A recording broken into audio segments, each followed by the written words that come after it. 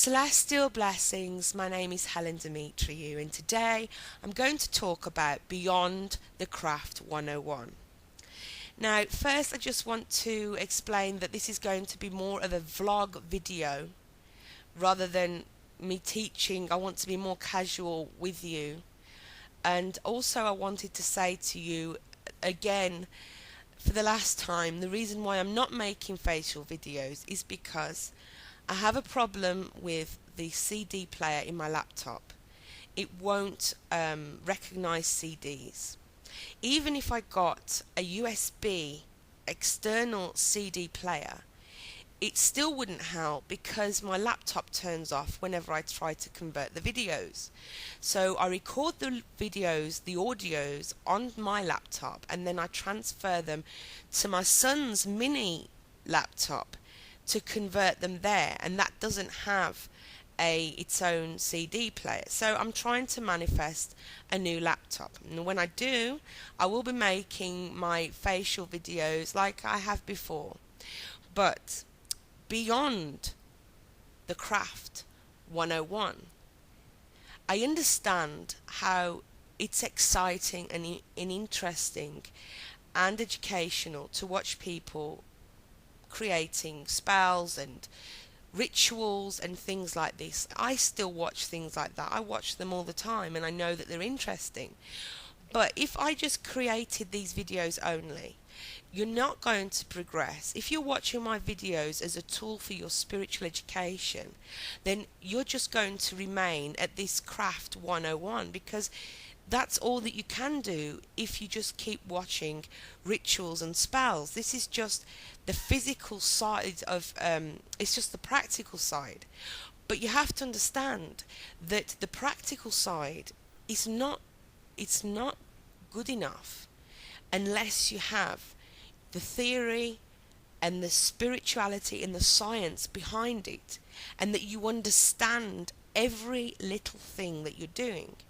So if I just kept making these, craft 101 videos, which are spells and rituals, then you're not going to progress, and you're going to stay on the same level of enlightenment.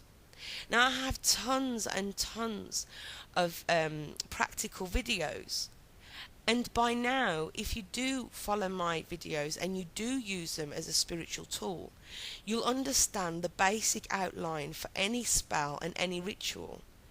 These are all that they are. Everything has a basic structure, and you just fill them in. It's like, for example, you make a wire man with some wire, and then you start to fill it in. This is what all the 101 videos are. They're just a structure for you to take and for you to fill them in. But what are you going to fill them in with? If all you have is the practical, and you're doing things on just a mind level without consciously thinking about it, without your conscious and your subconscious being as one, then all it will remain is a wire frame, a wire structure. It will have no flesh, it will have no blood, it will have no body, it will have no texture or weight or anything that is whole and complete.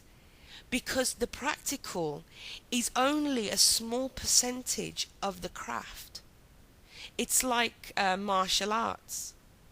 The actual practical, physical, is only a small percentage of martial arts. The rest is meditation and deep contemplation and research and study and reflection. That is what is so important about martial arts, not being able to kick or fight like Bruce Lee or Jackie Chan. This is not what is important. What is important is the theory and your understanding of the theory and how you apply it on your path, in your craft. So you see, the reason I'm making these videos now, apart from focusing all of my time and attention for SO4 Mystery School, the reason why I'm making these hymns is not because I wake up one day and say, I know, let's record an ancient hymn, that'll be fun. It's not that. These ancient hymns are meditative tools. They are spiritual tools for you to meditate on and to empower you. Now, those that actually take the time to listen to these hymns, that are not just asking for, the practical videos, are the ones who are aware, they understand, they are passionate about their path. That was my phone. They are passionate about their path. They're dedicated, they're committed, and they understand the importance of ancient texts within their own rituals, spells, and basically their own path, their own craft. That is the reason why I'm posting these hymns, because they are a very empowering and powerful spiritual tool for you. I don't want to keep you caged within this 101 theme. You can look all over the YouTube or the internet and you can find plenty of craft 101 videos. What good is it going to do for you if this is all that I make?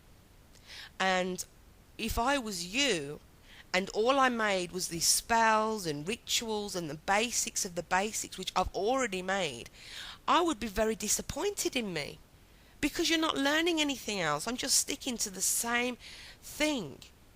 And this is what I find, that you're going to watch videos from YouTubers, and I'm not talking about everybody now. You will learn depending on their level of enlightenment. If their videos, and I'm talking about any genre, any kind of thing, even if it's knitting or dressmaking or whatever, if they stay at this level, that is the level of enlightenment they have. And they may be very good at what they do, but this is not going to help you to progress, is it? So this is why I make these kind of videos, why they're important, and also why it is important for you to leave that safe and secure place of the craft 101. And it's time, if you're ready, I'm not talking about everybody, if you're a beginner, etc., to move on to what is beyond the craft. And beyond is the nitty-gritty. Beyond is the research of hours poring over books and websites and tracing patterns of the gods, researching the gods, researching all the gods, researching your matron or your patron gods. This is what is important, to know their stories throughout history. How does it apply to you? How can you apply those stories in your life? What does it mean to you? How can you use this in your craft? Who are the gods? Where do they originate from? What is their essence? Who are you? You see, there's an ancient phrase, an ancient saying in Greek that says, know thyself. And this is one of the most important things, apart from the other one, which is I know nothing. Because we never know everything. As soon as you learn something, you understand that there's much more to it. It goes a lot more deeper. And you realize, I still don't know anything. And there's nothing wrong with this, because we need to keep learning. Spiritual education is so important. And if you are somebody that is truly dedicated to the craft, and like I said, I likened the craft to martial arts, which is only a small percentage of practical work, then you will be passionate, you will be dedicated, you will be committed, you will be obsessed on doing your homework, on doing your research, on spending time in meditation, deep, inner, reflective thoughts. This is what matters. Not the craft part where you are crafting, even though that is important. It is not what matters. What matters, and I've said this in my ebooks that many of you have downloaded, what matters is your relationship with the divine, and how you see this in your world. How you learn to let go of that which you fear because you trust the gods. Even when you know there are going to be times that the gods, they will have to leave you on some of your paths. Even though they're right there in case you need them, many times they will leave you alone because it is something that you need to learn on your own. And this is what is very important. Your relationship with the gods. Your mission, finding out your mission. You're not just here to practice witchcraft. That is not your mission. You're not just here for this. You have a higher purpose. Everybody does, especially if you are into the craft. Especially if you have heard the call of the goddess or the god or the craft or the ancestors of the craft. This is what is important. Is filling that wire frame, that wire structure, is giving it flesh and blood and features and filling it in, so it's not just a useless dead thing. What brings a ritual alive? What brings a spell alive? Not just reciting a spell in rhyme. This is not what makes it work. When you empower it because you know what you are talking about. You feel the divine because you have spent time to get to know them, feel their energy, meditate on them. And you are empowering everything that you do. So that even outside of the circle, if you use one, even outside of that spell or that ritual, every word you say is a spell in itself. Every word you say is a ritual. It is empowered because you are living the craft. You are living in the divine way. You are walking that path and you feel it. There's a difference between going through the motions of doing a spell. The candles go here, the bell goes there, the cauldron goes there, the wand goes here, the pentagram goes here, or whatever you use. There is a difference between going through the motions because it's something that you've learnt off by heart and you've written down and you've read it, or you've used someone else's work. It's different to just go through the motions than to feel it. And many of you may not agree or like this part I'm going to say. You may even just need on your altar one candle. Because the truth is, the secrets of the mysteries, one of the secrets is, you are the tool. You are the empowerer. You are the creator. You and you alone when you're doing that ritual. Obviously you're not alone. I'm talking about as tools. Because you already have this relationship with the divine. You've already done your homework, your research, your investigation. You've done the countless meditations, no matter what it takes to meet them, to make that connection, to feel them. That you alone are all that is needed so that you're living your life in a divine way by just opening your mouth. Even a look, a touch. That's all, because you're already going to be empowered by this connection with the divine.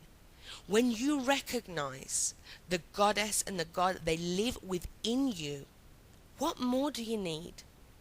Now don't get me wrong, I have my tools. I still use my tools. Don't think that I don't. I have my altar. I'm not telling people to throw anything away. I'm just trying to explain to you that the success as a ritual and or a spell depends on you. It depends on you, because the divine is already within you. You are already a manifestation of the God and the Goddess. So you're already empowered because you've made that connection, that communication, and you are close with the divinities. And I know that those that are truly dedicated to their craft are the ones that are going to stay listening to this video till the end, regardless of whether it has pictures or not. Imagine that it's like reading a book with no pictures. There are those of you that can't focus unless there's pictures, and there are those of you that are so into what you do that you just don't care whether there's pictures or not. And you're the kind of people that I'm so proud of.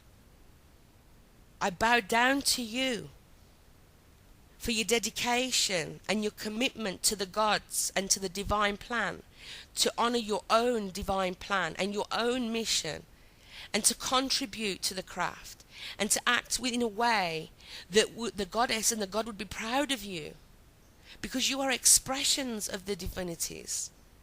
You are their expressions. You are their representatives on earth. So if people hate the goddess and goddess, the goddess and the goddess, the goddess and the god, don't think that it's just because of their prejudice. It's because they've seen them, how you react. How do you react? Are you a good representative for the divinities? Are you swearing about other gods and goddesses? Are you hating on other religions? Is this what you think is a good representation of the divine? No, it's not. I mean, basically, it's not. Okay, I'm not saying that the gods are not, they don't have the dark mysteries. Of course they do. But it's not always your responsibility to wield those dark mysteries. Because you, even though you are a god here, you're still a mortal. And you have to be humble to the gods, or they're not going to help you. They are on your level, yet they are still above because they're more enlightened. They're our elders, they're our ancestors. We have to respect them. I really get annoyed and upset when they'll say things like, the gods are no better than me. Really? Who are you? How dare you even say that about the gods? So, moving away from my personal thoughts about that, what are you doing for your craft? What are you doing for your spirituality? What are you doing to fill that, to create that creation? Not just a wireframe. What are you doing? You need to recognize that anything that you learn is important to you, and it shapes your craft. It shapes you as a person. Are you living as a divine being? Are you not harming people? Are you harming people? Are you thinking that just because you know what you know, that you're better than anyone, or you can use it against somebody? Are you judging others and criticizing others constantly? Are you attacking other people because they have certain beliefs that are different to your own? These are things that you really need to think about. The gods are not going to connect with those who are hateful, because then you become a polluted channel, and they're not going to desecrate themselves. Would you pour, I'll give you an example. There's a glass, okay, and it's filthy. It's dirty. It's full of dirt and scum and mold. Would you pour an expensive Dom Perignon into that glass? And would you drink it? We are all chalices. We are all grails. We are all vessels. Now, if you're a hateful person and you go around spewing hate, swearing about other gods, constantly bashing other religions, do you think that you are a clean vessel? Do you think that you're a cleansed pure channel. No, you're not. So why would the gods pour into you their empowerment, their essence, their ambrosia? Do you think they're going to want to desecrate their gifts to you when you are a dirty vessel, a negative vessel? This is why it is important to know that healing is important to our craft and our path. You cannot truly connect with the divine with hate in your heart for anything or anyone. Everybody loses their temper. Everybody shouts at someone or says things they don't like or horrible things. I'm not talking about this. I'm talking about when you're constantly bashing other people for their beliefs, whatever it is, forget even not even religion, for anything. Are you constantly negative about anybody else for what they do? And I'm not even talking about, I'm not talking about murderers or things like this. I'm talking about in general. Because, I meet people and maybe I've heard people talk bad about my goddess Inanna. And I do get angry when they say bad things about her.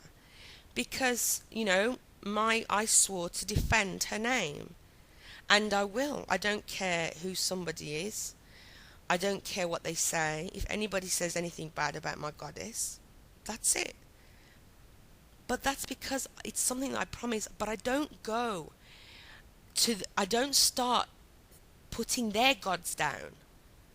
I defend my goddess. I defend the goddess in general. And it's the same thing for my God. If people say bad, they're bashing my God, and they're swearing about my God, and they're saying, without swearing, what word can I use? Basically, kill him and his mother.